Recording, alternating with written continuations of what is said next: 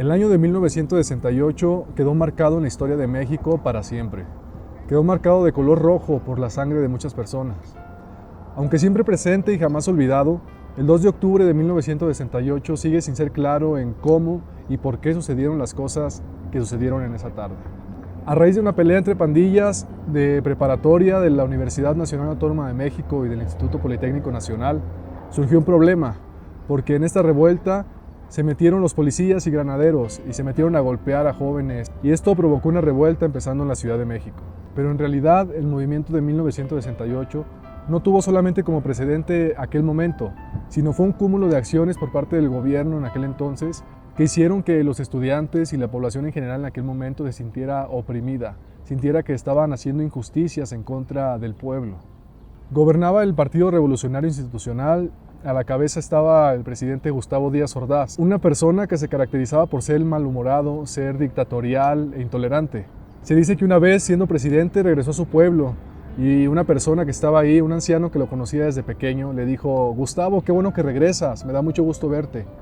A él le molestó esto, de un manotazo le tumbó el sombrero y le dijo: yo soy el señor presidente. Para él el movimiento de 1968 era un peligro porque quería cambiar a México.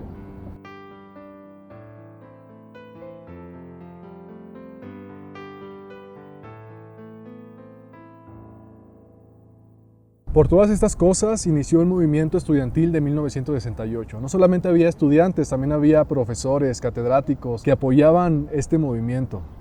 El movimiento tenía un pliego petitorio que se puede resumir en los siguientes puntos.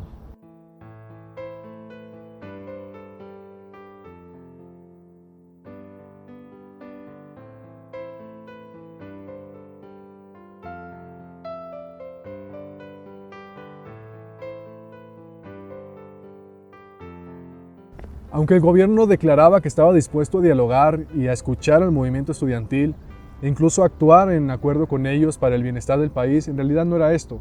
Ellos estaban preparando una jugada terrible, uno de los actos represivos más impresionantes en la historia de nuestro país. En octubre de 1968 estaban por celebrarse las Olimpiadas, los Juegos Olímpicos de aquel año. Por tal razón había muchos periodistas extranjeros en nuestro país. El presidente y el gobierno querían mostrar una imagen perfecta de México, una imagen de un México armonioso y en paz, y no estaban dispuestos a mostrar algo más, no importaba a qué costo. El movimiento tuvo varios encuentros, varios mítines, varias marchas, pero todo culminó aquí, el 2 de octubre de 1968, en la Plaza de las Tres Culturas.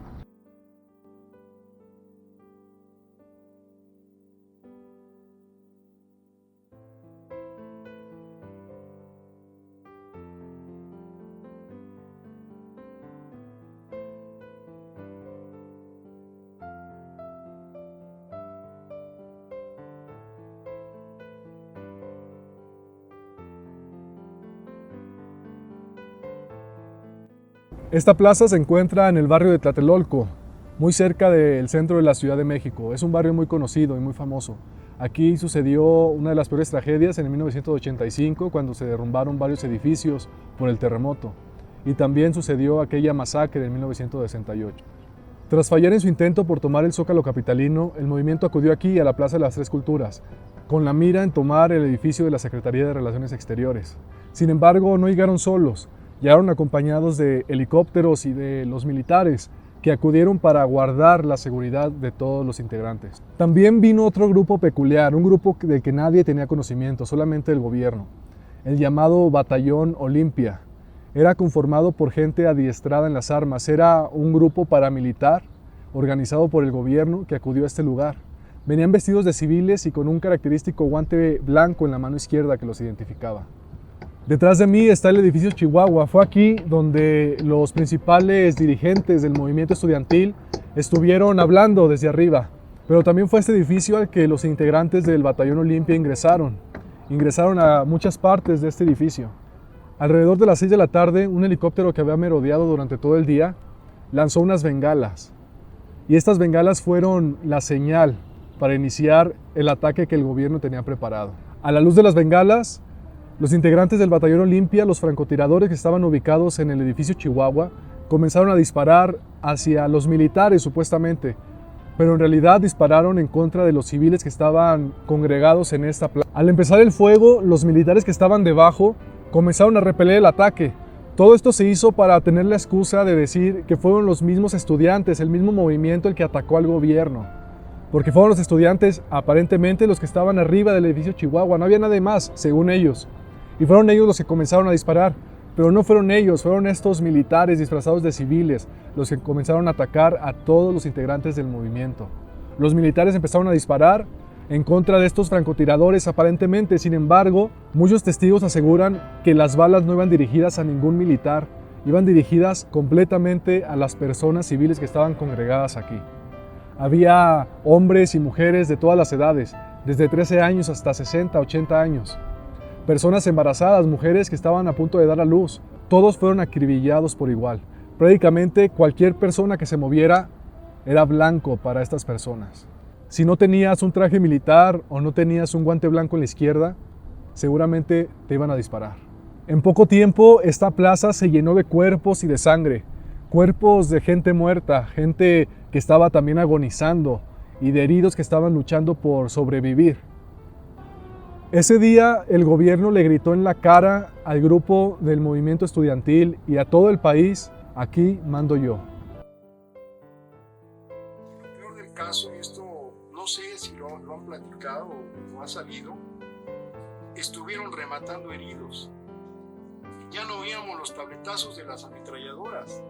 Estábamos escuchando balazos, tiros de gracia, rematando a la gente. Y el gobierno no solamente se encargó de este movimiento, se encargó también de silenciarlo.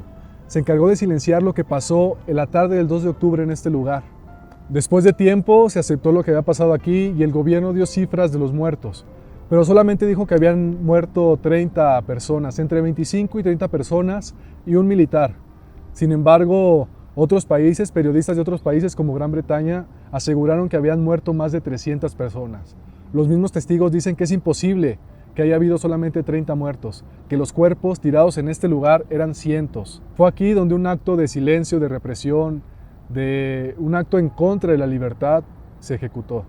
Es una vergüenza para el pueblo mexicano recordar a aquel presidente que orquestó todo esto y el grupo de gobierno que decidió callar al pueblo. ¿Cómo? Matándolo. Dice la frase: el 2 de octubre no se olvida, y es verdad, no debemos olvidarlo. Aquel que olvida la historia o no la conoce está condenado a repetirla. No dejemos que se repita y recordemos siempre a las personas, a las víctimas que murieron aquel día en esa trágica tarde del 2 de octubre de 1968, aquí, en la Plaza de las Tres Culturas, en Tlatelolco. 3 amigos que murieron ahí me han pegado como no tienes idea, que no llegaron a la edad que yo tengo. Que cuando éramos jóvenes, en esa época, pues hablábamos de que íbamos a ser compadres, que íbamos a vivir juntos, que nos íbamos a ir a vivir a Acapulco, que íbamos a llegar a ser viejos, y no se dio con ellos.